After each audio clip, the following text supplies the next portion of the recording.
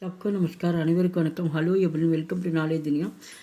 வருகிற 2025 பிப்ரவரி மாதம் 16ஆம் தேதி நடக்கக்கூடிய தேர்வுக்கு மத்தியமாவில் வந்து இது செகண்ட் பேப்பரு. இது 14th ரோமில் வந்து மொத்தம் வந்து 5 மார்க்ஸ் வரும். இதில் ஆங்கிலத்தில் எழுதலாம், தமிழில் எழுதலாம். ஏற்கனவே 2 வீடியோஸ் போட்டிருக்கேன். இப்போ தேர்ட் வீடியோஸு. தில்லிக்கு சிம்ஹாசன் பர் बैठने वाला पहला முகல் பாட்ஷாகு பாபர் தான். தில்லி அரண்மனையில் வந்து சிம்ஹாசன் அப்படின்னா வந்து அரியணைன்னு அர்த்தம். அந்த அரியணைனா சிம்மாசனத்தில் வந்து அமர்ந்த முதலாவது முகலாய பேரரசர் பாபர் ஆவார். பாட்ஷாக் அப்படின்னா அரசர்னு அர்த்தம். அவர் பேர் வந்து பாபர். வகு படாகு புத்திமான், அவர் வித்வான் தான். அவர் வந்து படா அப்படின்னா பெரியன்னு அர்த்தம். அவர் பெரிய அறிவாளியாகவும் ஒரு அறிஞராகவும் இருந்தார். வித்வான் அப்படின்னா அறிஞர்.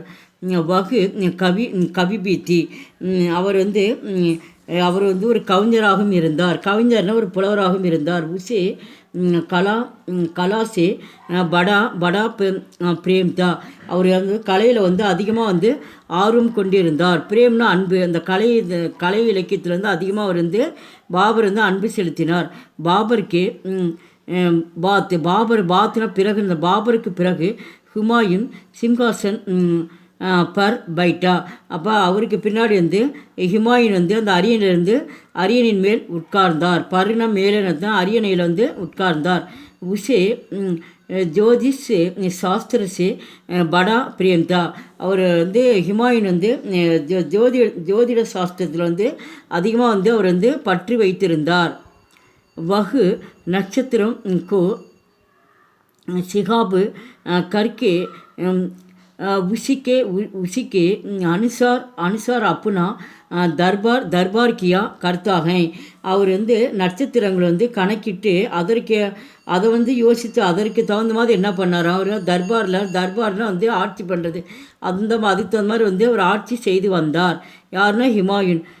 ககத்தேகை, அவர் என்ன வந்து ஹுமாயூன் என்ன சொல்கிறாருன்னா, ஏக்கு பார், ஒரு தடவை கிசி மிஸ்தினி உஷ்கே பிராணா பாத்திதேகை, ஒரு முறை வந்து தண்ணீர் எடுப்பவன் வந்து அவருடைய வந்து உயிரை வந்து காப்பாற்றினாராம். யாருடைய உயிர்னா ஹுமாயூன் உயிரை வந்து பிராணா அப்படின்னா வந்து உயிர் அர்த்தம். உயிரை வந்து தண்ணி எடுக்கிற வந்து காப்பாற்றிட்டாரே. பத்தாயினா காப்பாற்றினார். ஹுமாயூனி உஸ்கோ 3 घंटे के लिए பாட்ஷாக் பனாயாத்தா.